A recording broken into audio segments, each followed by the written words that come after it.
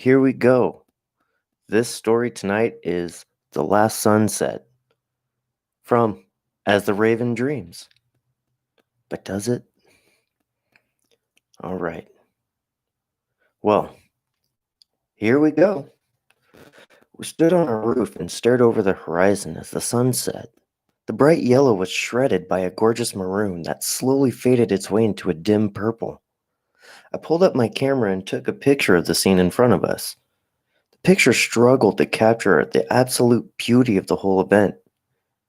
Maybe actually living it was what made it so breathtaking. We sat there and just watched as the sky slowly darkened, as pinhole lights slowly took over in the darkness, and the golden shades of the day finally faded into nothingness. There was something magical in being a part of this moment. You see, the sunset, it was different. It had been deemed the final solar event of the entire hemisphere, which is just a fancy way of saying that it's the last sunset we would ever see. Now, I know what you're thinking. How could this even be possible? How could a sunset be the last one? And honestly, I wish I could tell you. The news stations all had long-winded segments that presented scientific data and intellectually challenging explanations of how the Earth's core has shifted, or how the rotation on its axis was about to cease. Honestly, I could hardly understand half the things they were saying. Each channel ended the segment with one final message, most of them mimicking each other. This evening, go outside and watch the sunset with your loved ones. This will be the last time you will ever see it. This was such a romantic way to say something so bleak. To tell us to go and stand outside and watch this quick burning event that most of us has either ignored or seen 1,000 times, and appreciate that it was the last time it was going to happen. Of course, this led to some reasonable skepticism, and a number of questions. If the half of the planet that we were on was forced into darkness, then surely the other half of the planet would be in never-ending daylight, right? That only made sense. Yet the professionals said that wasn't going to be the case. When they were asked how that was possible, how the sun would just cease to exist when it's set for every part of the planet, they simply reiterated that this is to be the last one and that we should appreciate it. Then, of course, there were the people that were curious about how life would be sustainable without the sun. I mean, without it, wouldn't we all be plunged into an ice age and killed off pretty much immediately? They struggled with this question, because the answer was technically yes. However, in this situation, they stated they weren't going to rely on technicalities and that life would continue as it had. This, of course, caused a major stir all around the planet. There was no way that life would continue without the sun. Even excluding the fact that the planet would turn into a solid sphere of ice, every plant that couldn't be put under a grow light would end up wilted and dying in a matter of days. Without the ability to grow mass crops, the population would just end up starving once again. This notion was dismissed. Sorry. Once again, this notion was just dismissed. They told us that no one would end up starving because of this. All of these situations that were a certainty without the sun were all being dismissed by the world's top scientists. How? How was this not to be the apocalyptic event that brought down the death of the planet? How could they say that no one could die from starvation, from freezing, from whatever other hardship would come losing our sun? Of course, the confusion that stemmed from their official statements just ended up with people questioning the truth behind the statements. A number of conspiracy websites and videos went up on the internet in a relatively short time. We had this information. Let me turn the page. I'm joking, I'm on my phone. Maybe.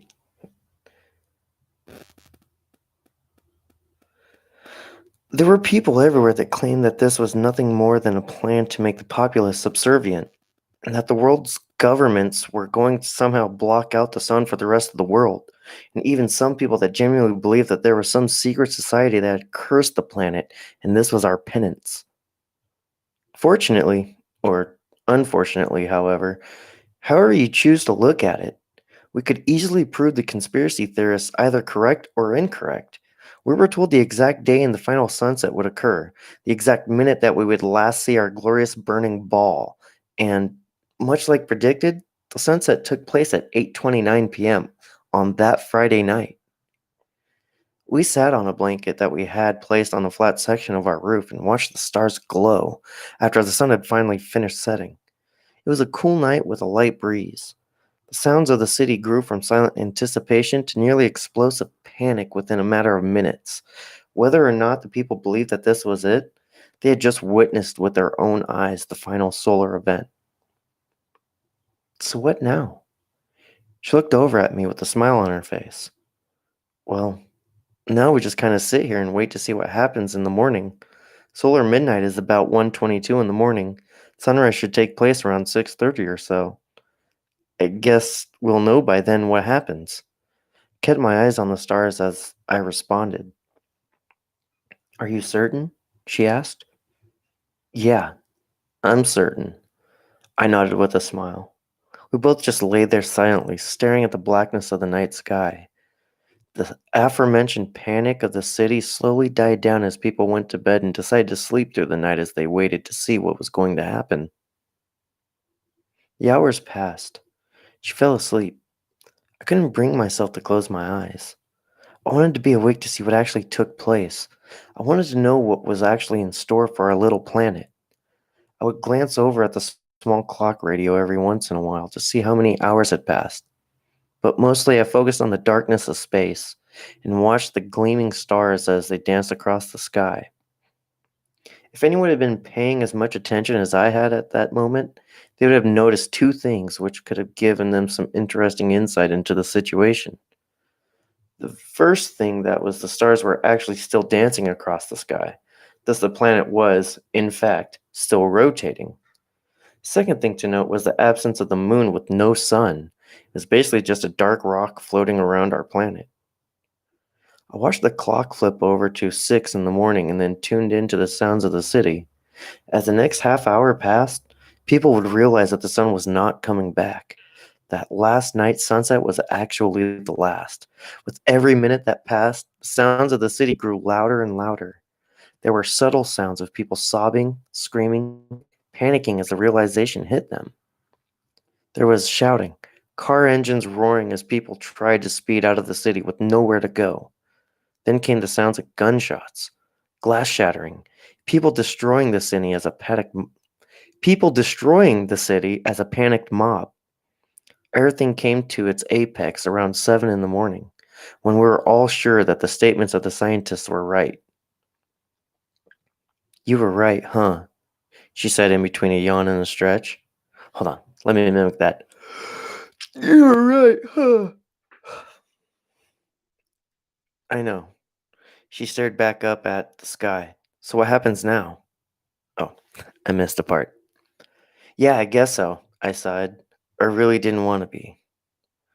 I know. She stared back up at the sky. So what happens now? I'm not sure. I didn't want to tell her the truth. I didn't want her to know what exactly was going to happen. Hell, I wasn't even 100% certain of the next step, just that there was going to be something.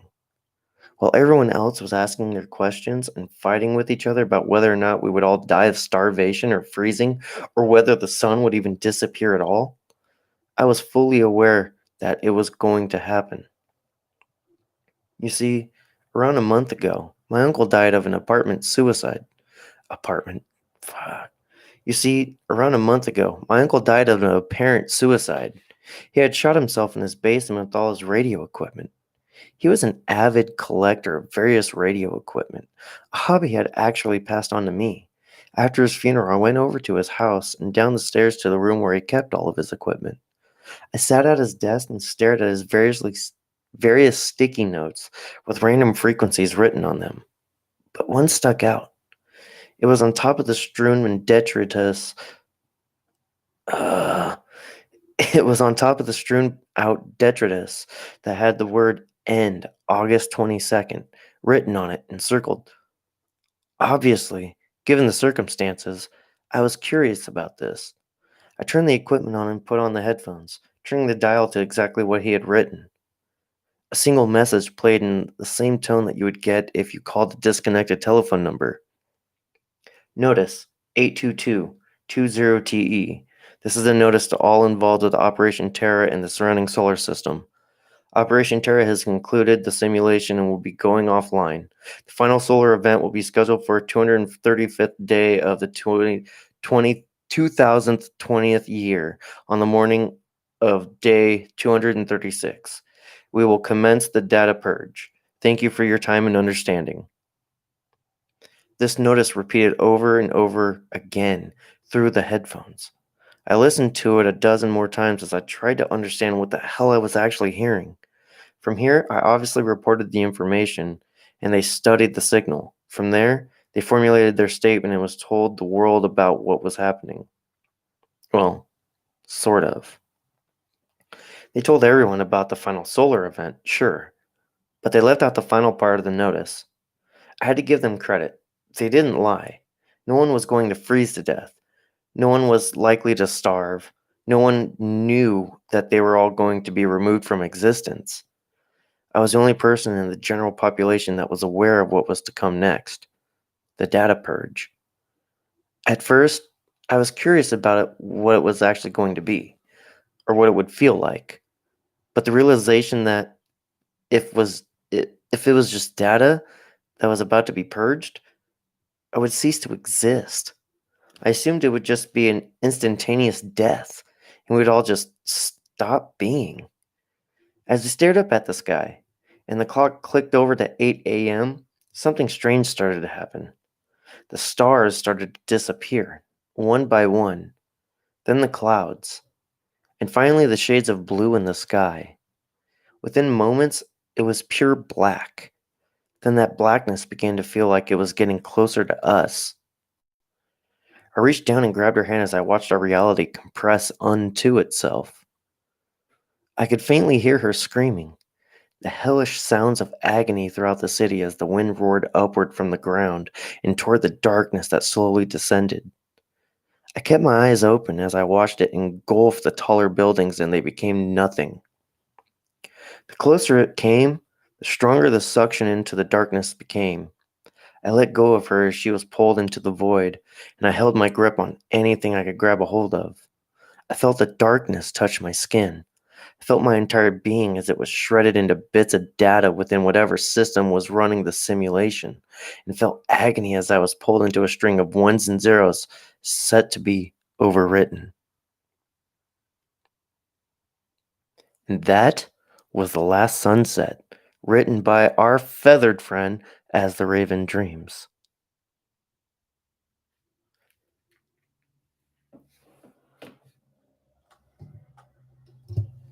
Well, I hope you guys all enjoyed it.